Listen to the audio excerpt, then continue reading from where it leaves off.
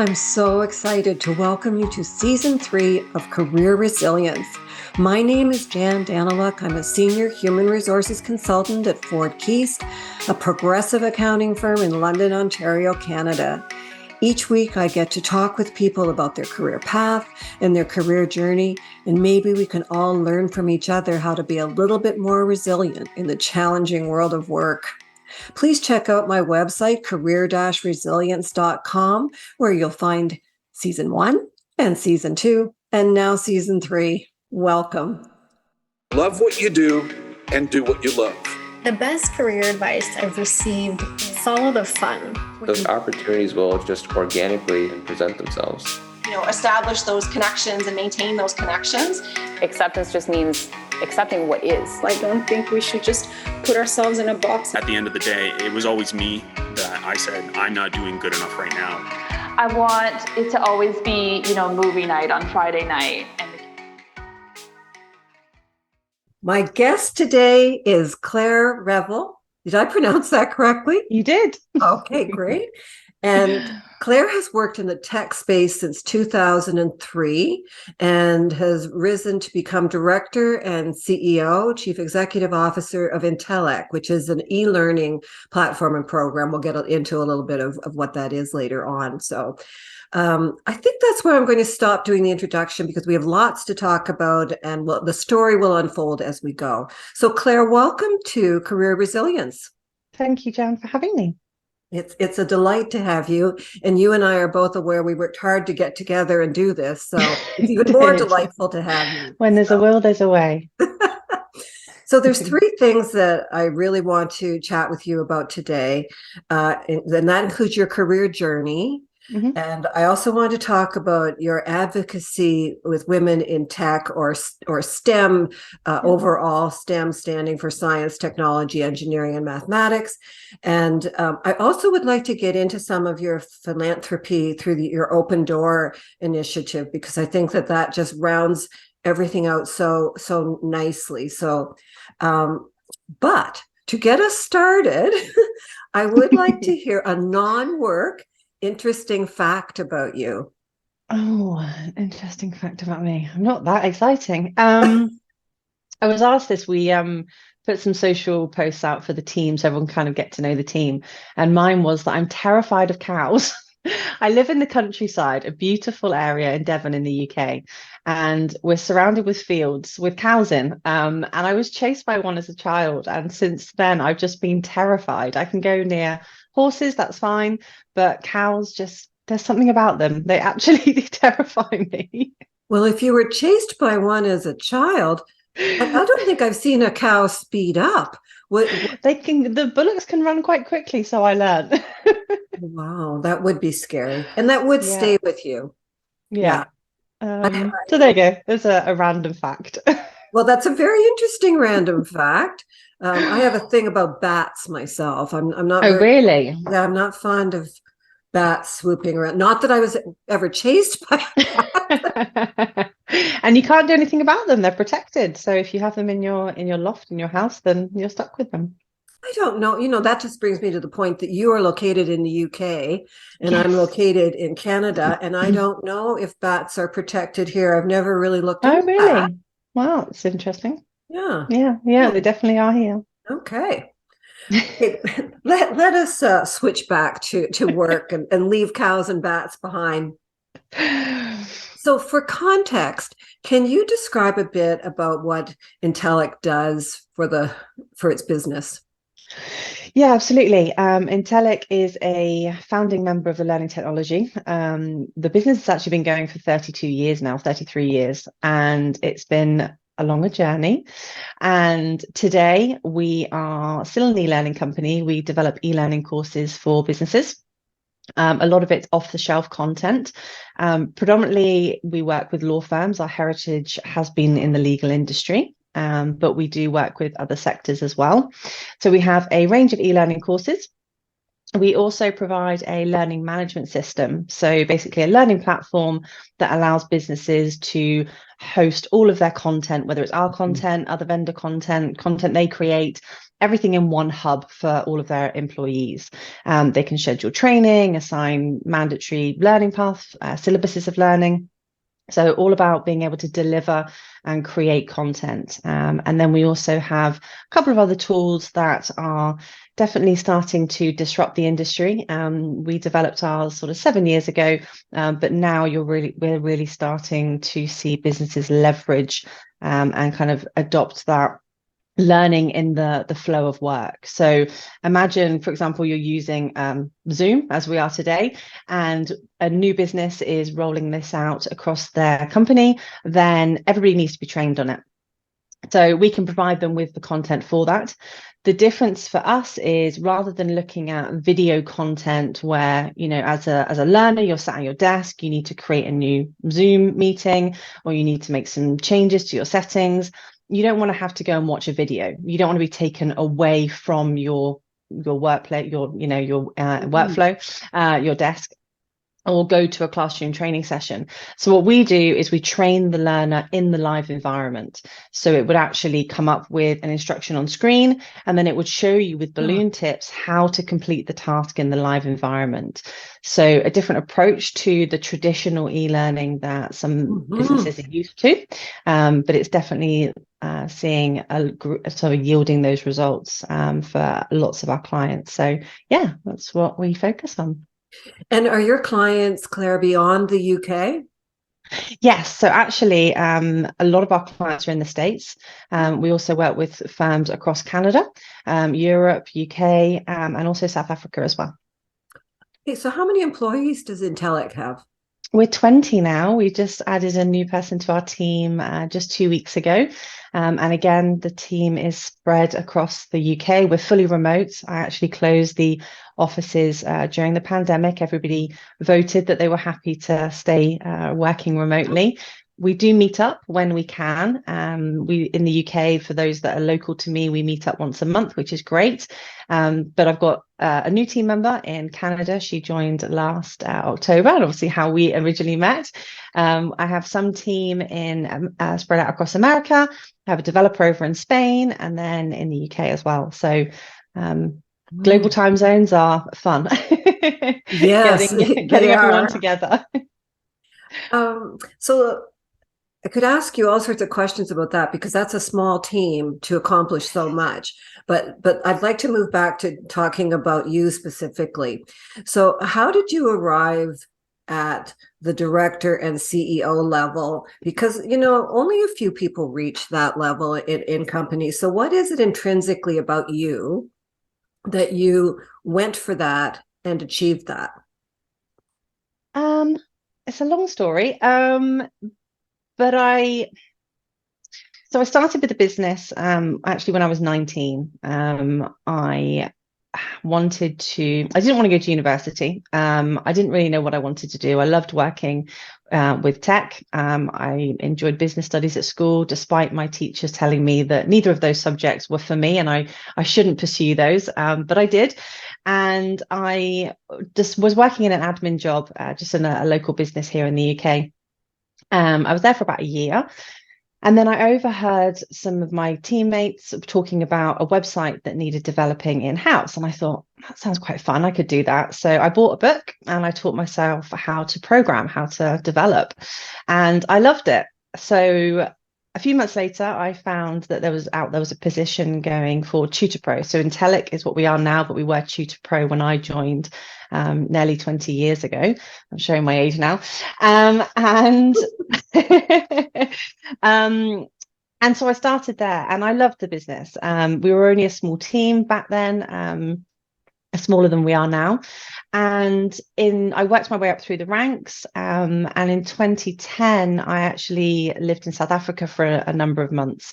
So whilst I was working for the business in the afternoon, I was volunteering in the projects in the mornings. And that was really kind of the pivotal moment for me. I was VP of Client Success. I had transitioned from developing to helping out with clients, working with the sales team, and really enjoyed connecting with people. I understood the products because I've been developing them. So it was a really easy transition for me. I could just explain how we were solving a problem. So I moved up to VP of Client Success over the years, moved to South Africa for a few months, was doing the volunteering. And it was that point really for me, I knew that I could make a change and I wanted to be at the helm of the business. We were putting e-learning into schools. We were helping children find a self-environment, giving access to education. And I just realized that I could do that with the business. So I came home. There was a lot happened over the coming years, but finally in 2017, I decided it was now or never. And there was 7 of us, including myself in the team at the time. And I knocked on the door of the directors and said, I think it's time for you to retire. I've been in the business long enough. This is my bigger, bolder vision. And after a meeting and some various discussions, I was appointed director and CEO. And my whole vision for the business and my charity initiative and opening doors all became a real possibility. Mm-hmm. A couple of things I wanted to ask you about in there. How motivated were you by being told you couldn't do something or you shouldn't do something, in that you said you were told that you should not go in the direction you wanted to go? Very. I like a challenge. It's the same with the house that we bought 7 years ago. Both my dad and my stepdad said, you're taking on too much. The house needs so much work doing to it. And we saw it, my husband and I, my husband, about 5 times before we actually made an offer. And everybody said, you can't, it's too much, Claire. You're just taking on too much. Because I was ramping up to thinking of taking over the business as well. And it worked. And I think you can put your mind to anything. You know, if you have a vision and you believe in yourself and you're willing to take the time to invest in your self-development, then I truly believe that you can accomplish anything. And don't let the self-limiting beliefs of others hold you back. Mm-hmm. Was it a conscious decision not to go to, as you guys say, uni? We don't say uni, we say university. We say the whole word. Was that a conscious decision? Because that's kind of, the path. It is, yeah. So I had finished my GCSEs and gone to do my A-levels. I was 16 to 18 when I did my A-levels. Well, that's what it is here in the UK. And then you go to university. But I was in the last year of my A-levels and I realized that, I was 18, I was socializing. I knew that university would have been about that. So I would have got my student loan. I wouldn't have been, doing the revision and the exams. The exams was never for me. I think that's another reason why my business studies teacher and IT teacher told me that not to pursue those subjects. I was great at coursework, finding my own way by, reading a book, listening to a podcast, watching YouTube videos. Yes. I can learn and I can implement, and find a solution. But when I was in an exam environment, that just wasn't for me. So yeah, I made that conscious decision knowing that if I had gone to university, I wouldn't have got the grades I wanted because of the exams, and it would have just been a social aspect for me. So it was better for me to move forward and invest in my own learning in a different way. Wow, that's very mature thinking at 18. Isn't it? Mature thinking. Some people thought I was mad, but yes. I believe that everybody should have access to education, but I don't believe that the traditional education system is for everybody. Yeah. And I have a lot of issues with the UK education system. They don't teach financial literacy in the way that I think they should. I took on an apprentice last year, and she had no idea about financial literacy. She didn't know how to manage her own personal money. But we've got a course here in place, and I do hands one-to-one to help improve that. Same with my children. And I think there's a lot missing from that. So whilst I believe that everybody should have access to education, I don't think it has to be the traditional path for everybody. So just to describe A levels, for A levels, it's what you take between 16 and 18. It's sort of to prep you to go on to further education. Now, Yes. you've gotten involved now in T levels, which Yes. is a fairly recent innovation or whatever in the British system. So you started a separate company related to training around for kids for T levels.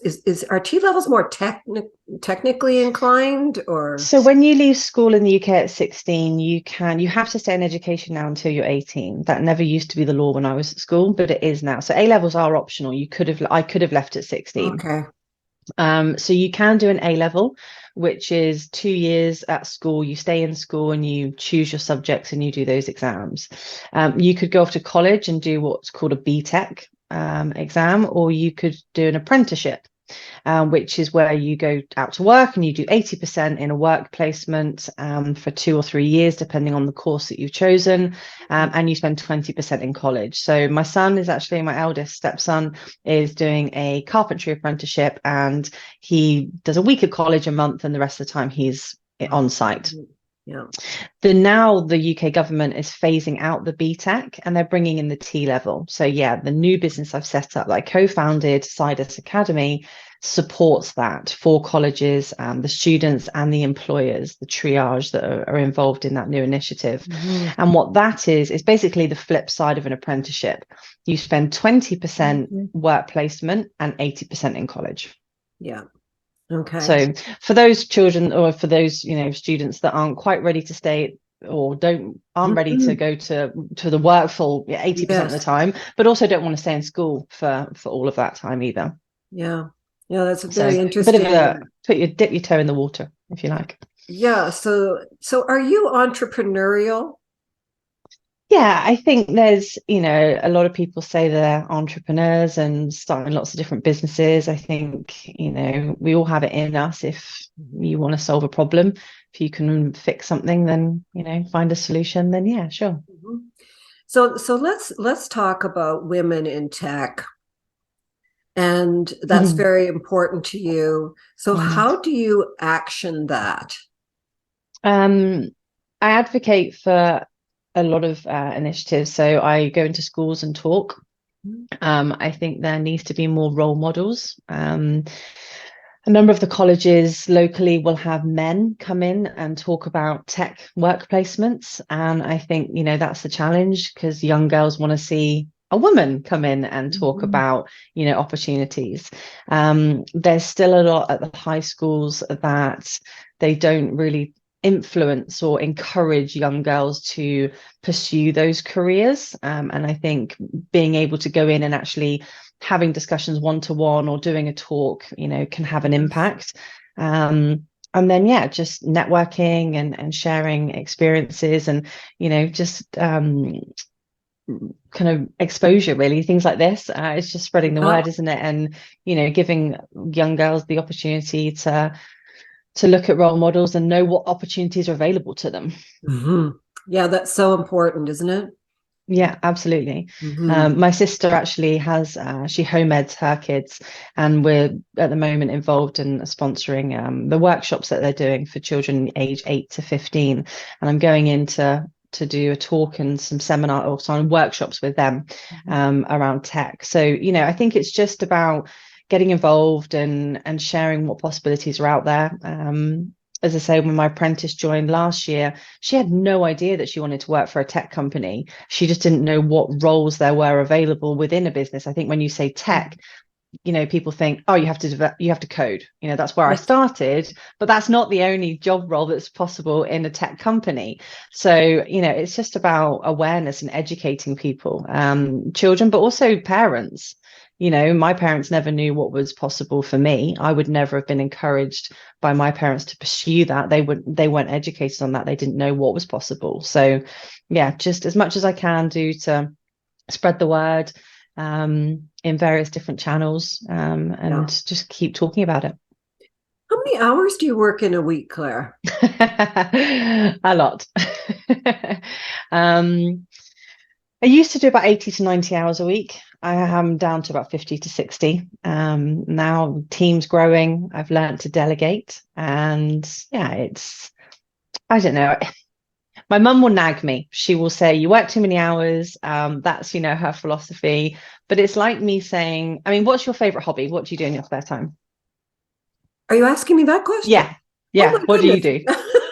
I am a major reader of anything, whether it's educational, true fiction, whatever. I love to read. Okay. So if I said to you, you read too much, my business isn't work for me. I have my office at the end of my garden. I'm just very comfortable here. I don't see it as work. So that's the only way I can explain it when people say you work a lot of hours or you work too many hours. For me, it's not work, especially when the philanthropy element comes into play as well. It's navigating a change. So you know what? That is a really interesting insight. If anybody were to say to me, you read too much, I would just be so astounded to hear that and so shocked, because how would that be possible?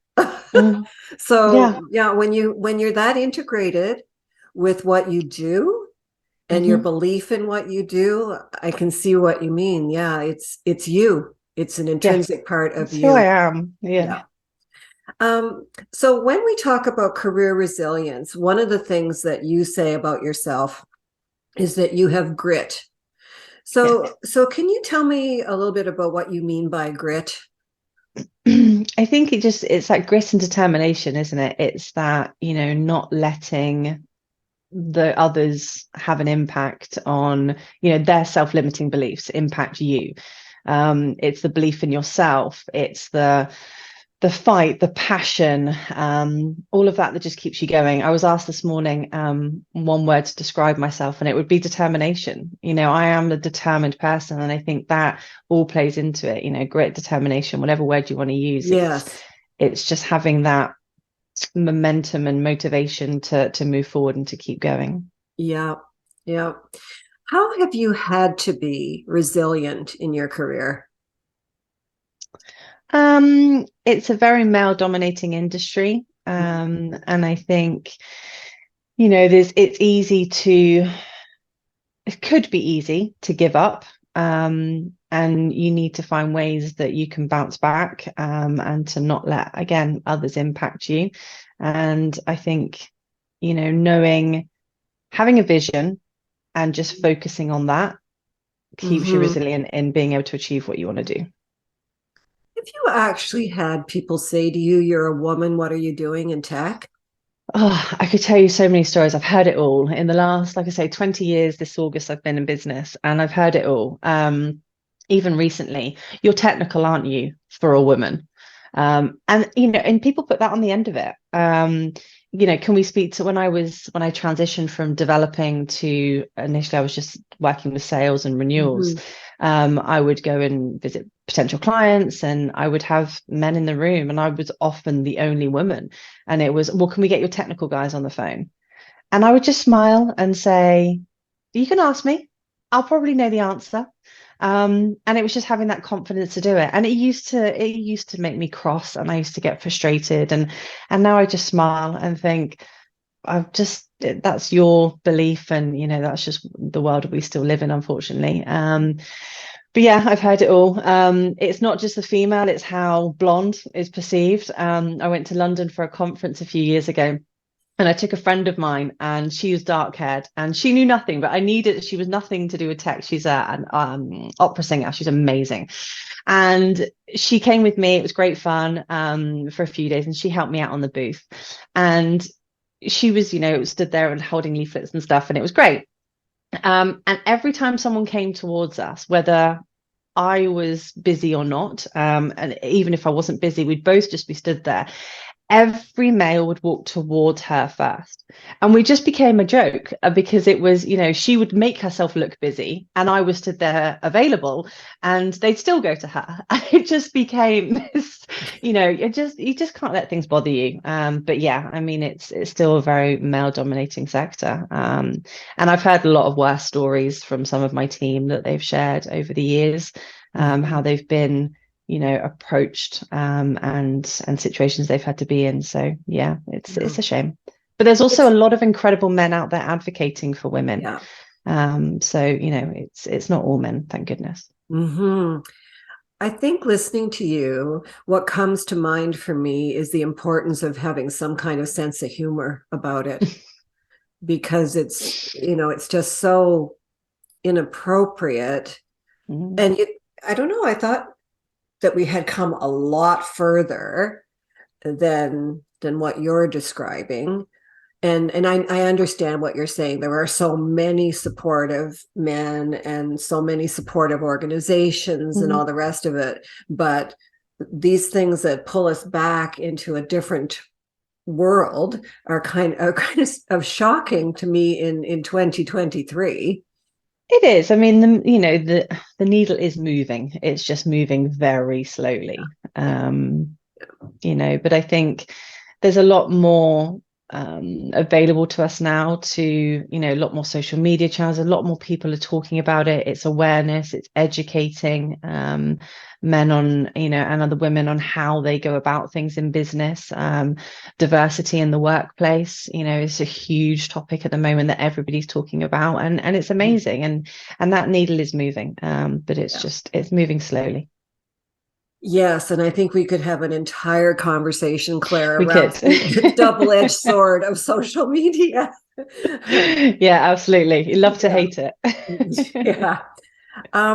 So tell me about your South African sojourn and how that came about, that you decided to spend like months there back in 2010.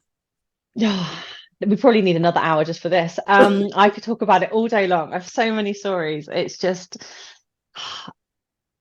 the UK is my home, but South Africa has my heart. There is something about South Africa. Once you go, it's just it's in you. That's the only way I can explain it. And you can share stories, and I have told my husband over the years so many stories, and it wasn't until he finally came with me for the first time in 2017, I think it was, he actually experienced it, and he said, I had no idea. And I said, I've told you. And he said, yeah, but it's not like, you have to experience it. So in 2008, I went to a family trip. I've got some family over there.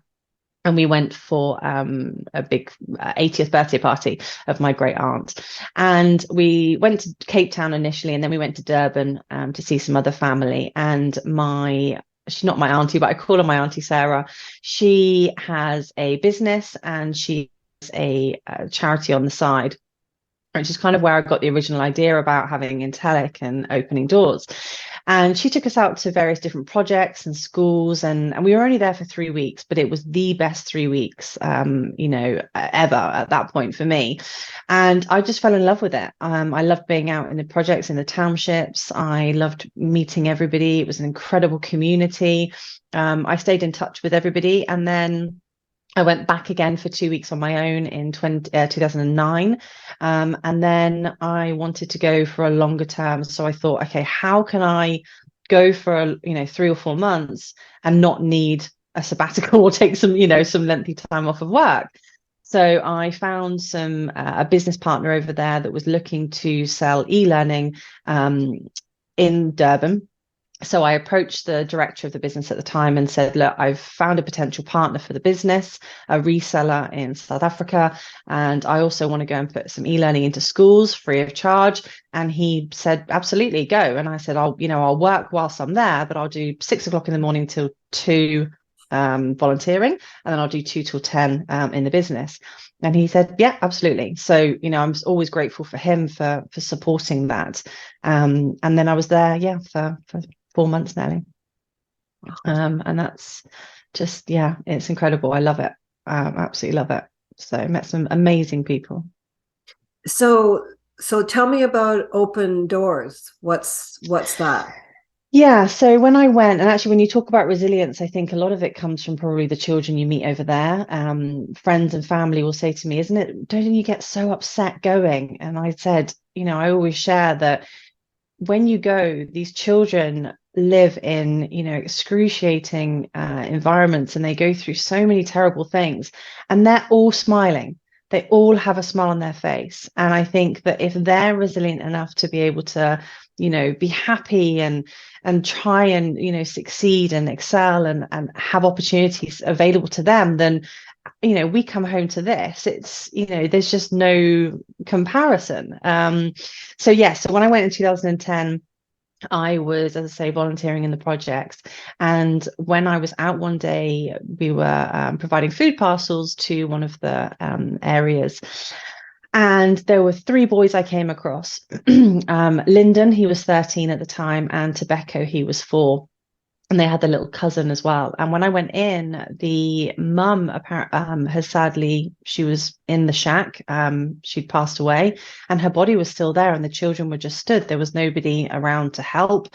The community didn't really, they had to wait for the coroner. So I went to my contacts that I'd been volunteering with, and we escalated that, and they came sooner, and it was a Friday, and I said, well, what happened to the children now? And she said, they'll be here, and we'll try and help them next week. Well, I was like, I can't leave them on on their own a weekend. They're children. What, that's just something you can't do. So I found them a local children's home for the weekend just up the road, drove them up there, and then I went back on Monday, and there was a lot obviously around it, but in short, I had to attend court, and I took responsibility for them, legal responsibility for them, to find them a home. So we went shopping, and we had some, spent some time together, and it was the most amazing time. I think they were the ones that really made me realize that I could make a difference, and those 2 boys would just always be with me. Get emotional. So anyway, I found an aunt for them, Aunt Joyce. She only lived about an hour away. So I went and visited her with the boys, and I said that, could they come and live with you? And she said, I just can't afford it, their school fees and everything. And I said, that's fine. I'll fund the school fees. I'll get their bedding, their school clothes, everything. I'll send you money from the UK. If I do that, are you happy to, look after them? And she said, of course. It wasn't even very much, the school fees are minimal. So that's what happened. And then I went home. It was a very emotional few days, and I've stayed in touch with them ever since. Lyndon is happy. He's got a partner and 2 children of his own. Tobacco's still at school. I go and see him whenever I go back and visit. And it was then I realized that actually there is things that we could do as a business. And it was in 2010 that I wanted to come home and thought, actually, if I had a charity available, that partnership with the business, that I could, every percentage, a percentage of every sale of Intellek goes directly to 1,000 Hills. And we provide free learning through my Opening Doors initiative. And it was all about opening doors. That's, where the name came from. Yes. Opening doors to a safe environment, opening doors to education. And that's where it all came from. That is an amazing story on so many levels. For your Open Door initiative, yes. How many kids do you think you've impacted over the years? I don't know. A few hundred, definitely. So we provide the e-learning free to schools. We are now expanding it. So we've opened up into Uganda. I do want to take it global. I do want to be able to, impact other countries as well. It's in Shanga, and just outside of Durban is where it started, but I definitely want to take it global. We have the free learning as one element, obviously boots on the ground, and a percentage of, as I say, the sale of Intellek, each sale for Intellek subscriptions goes towards it. And then we've also set up a new program, a re-entry program. So for those that have been in prison, have access to free skills training, so to help them back into re-employment. And again, at the beginning, back in 2010, when I thought about my initiative and setting up Opening Doors, it was just about where I was at that point in Durban, but it's definitely grown, and I never would have thought the prison element would have been involved. But it's just, again, it's all about opening doors to new opportunities and second chances and closing knowledge gaps and bringing it all together full circle. And it just aligns with the business. And Intellek, we actually rebranded, so Tutor Pro as I say, was a business name when I joined. Intellek is, we rebranded in January, and it means intellect in Afrikaans. And our logo, the Springbok, is the gazelle in South Africa. So again, it all manifested and all came together. Yeah, obviously I did look at your website, and it's so lovely to see that, well, what I would call a gazelle. A gazelle, yeah. A springbok. There was just something so lively about that. And well, and the antlers represent the female, so it being women-led. So again, bringing that women in STEM and women leadership piece into play as well, which is really key. Yeah, there was just something about looking at that springbok that was really sort of inspiring. It made you smile. Oh, well, thank you. And you know what? Anything that makes you smile is a good thing. Absolutely. So who had the biggest influence on you as you were growing up and working through your career? That's a good question.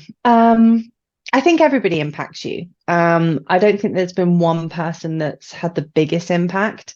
My auntie Sarah, who's not my auntie, but my auntie Sarah, she was the one that got me started on this. The grit and determination definitely comes from her. The philanthropy element of it, Dawn Le Pen, who started 1,000 Hills, definitely taught me how to navigate a change and pay it forward. So that had a huge impact on me. I think if I hadn't have spent all of that time with them back in 2008 and 2010, the business probably would have been very different now. So that I have to say that has been a huge impact.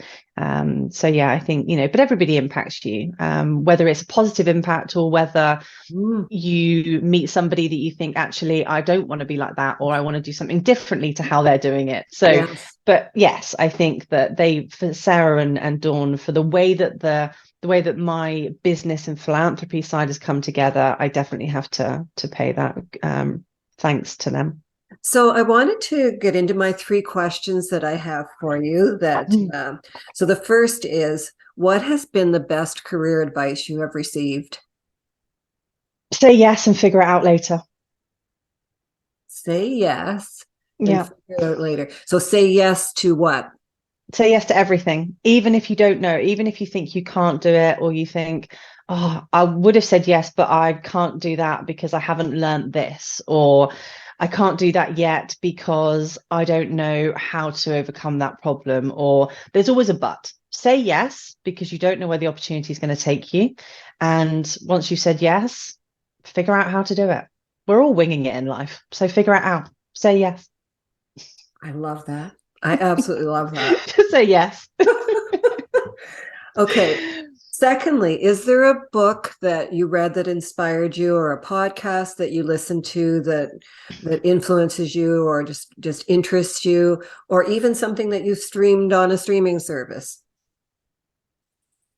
I'm always reading. I don't think there's one thing. Street Kid was a great book I loved. That was all about a child in South Africa.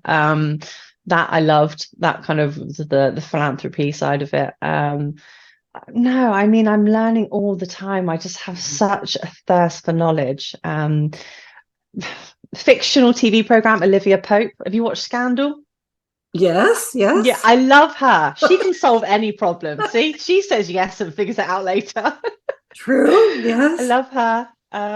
No, I think, there's a lot of women I look up to in the world, and a lot of incredible strong leaders and philanthropists that have a huge impact. I don't think there's one thing I've ever read or that's had a biggest impact. Okay. Always learning. That was helpful. Okay. And what are you most proud about related to your career? Knocking on the door in 2017 and asking for that position, saying that they weren't looking for a CEO, they weren't looking for a new director. And I think a lot of the time people wait for the opportunity to come. And then when it does come, they might say, I'm not quite ready yet, which again comes back to the say yes, figure out later. But also sometimes the opportunity doesn't come. Somebody's not going to ask you. So make your own opportunity. And I think that's definitely my proudest moment of going to ask for it. What could have happened? People thought I was mad. It was a small business. Why would they have stepped down?